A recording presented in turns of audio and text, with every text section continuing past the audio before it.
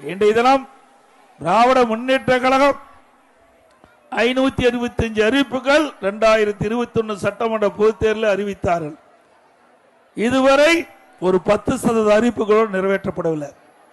ஆனால் இன்றைய முதலமைச்சர் திராவிட முன்னேற்ற கழக தலைவர் திரு ஸ்டாலின் அவர்கள் 98% அறிவிப்பை நிறைவேற்றப்பட்டதாக ஒரு பச்சை பொய்யை முழு பூசணிக்காயை சோற்றில் மறைத்துக் கொண்டிருக்கின்றார். உண்மைதானே?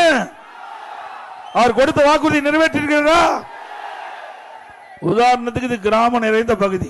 100 நாள் வேலை திட்டத்தை 180 நாளாக உயர்த்தப்படும் என்று அந்த தேர்தல் அறிவிப்பில் வெளியிட்டார, நிறைவேற்றினாராமா? அப்படின்னா பொய் தானே வாக்குறுதியில சொல்லியிருக்கிறாங்க, பொய்யான வாக்குறுதி தானே.